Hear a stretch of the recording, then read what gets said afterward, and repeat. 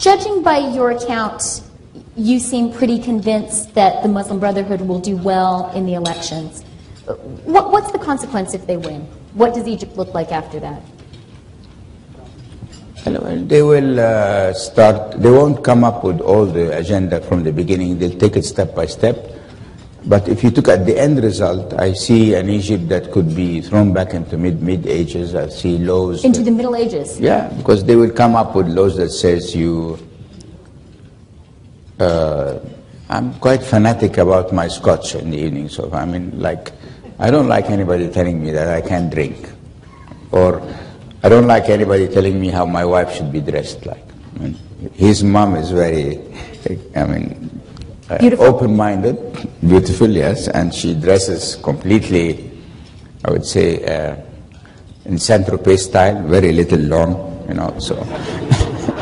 So I'm sure she's not going to appreciate very much people telling her how she should be dressed, you know.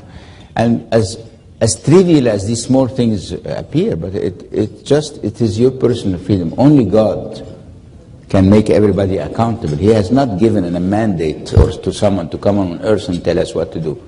I mean, I am a Christian. I don't go and confess to my priest because I have a direct connection. Does God talk back? Yeah, it's like I'm going to tell him the story and he's going to tell God. I'm going to tell God immediately what's happening, you know. And do you think, I mean, how far do you think if the Muslim Brotherhood does well in the elections, how far will they go? Is Sharia law likely? Yeah, Sharia law, the dress code, the no alcohol, tourism will suffer. The minorities and Christians like us and Copts will suffer because even now we are suffering. So what if they come?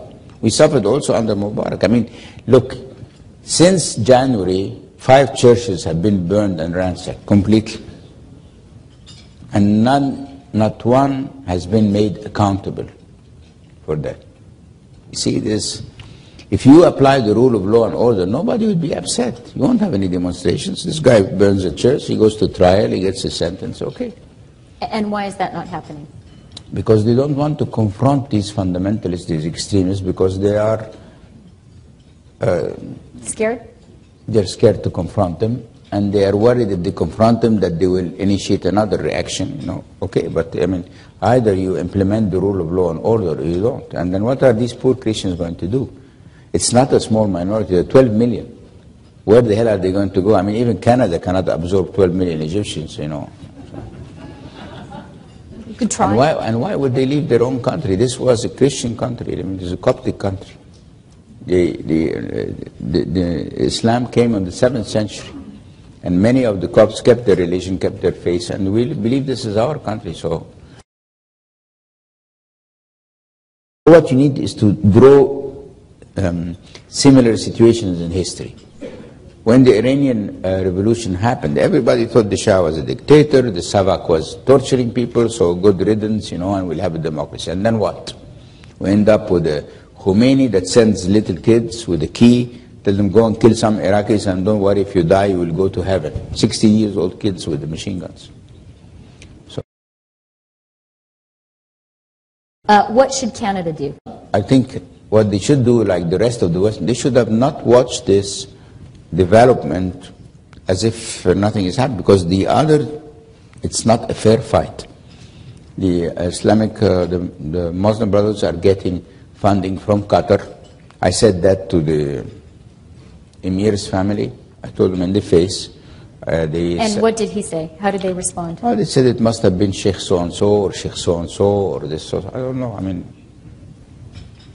it's $100 million for Qatar. It's like $1 from my pocket, you know, like not a big deal, you know. So how would they know who did this? And they know. And Saudis are financing the Salafis. And these liberal people, or we are not financed by anyone. As a follow-up to this point that you've underscored on the need for Western involvement, a concern, a counter-argument against that that's often raised is, well, if you have Western involvement, that will provoke a counter-reaction, and there will be a sense of Western imperialism, Western interference. You think that's wrong?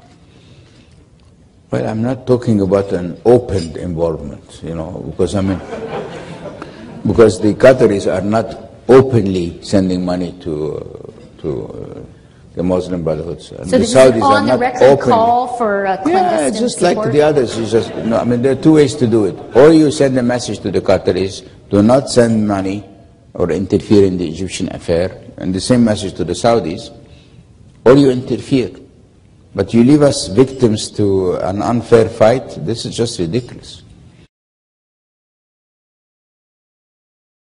Is there any Erdogan in Egypt? Sorry? Is there any Erdogan or any Ataturk in Egypt that you see right now? Many, but they are scared.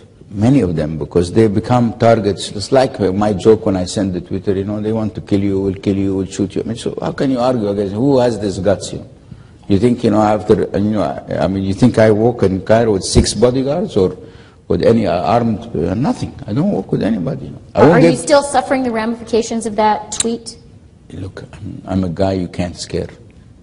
See, I can't. Nobody can scare me. You know, I have my sins, okay, but I walk looking to God. I think He's next to me, on my side, so I fear no one. Whenever there's a problem with Him, let's go. You know, we'll go and face these evil people, and we'll teach them a lesson. So I don't give any.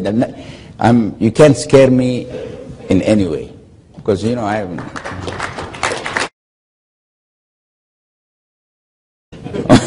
But you did turn off your cell phones.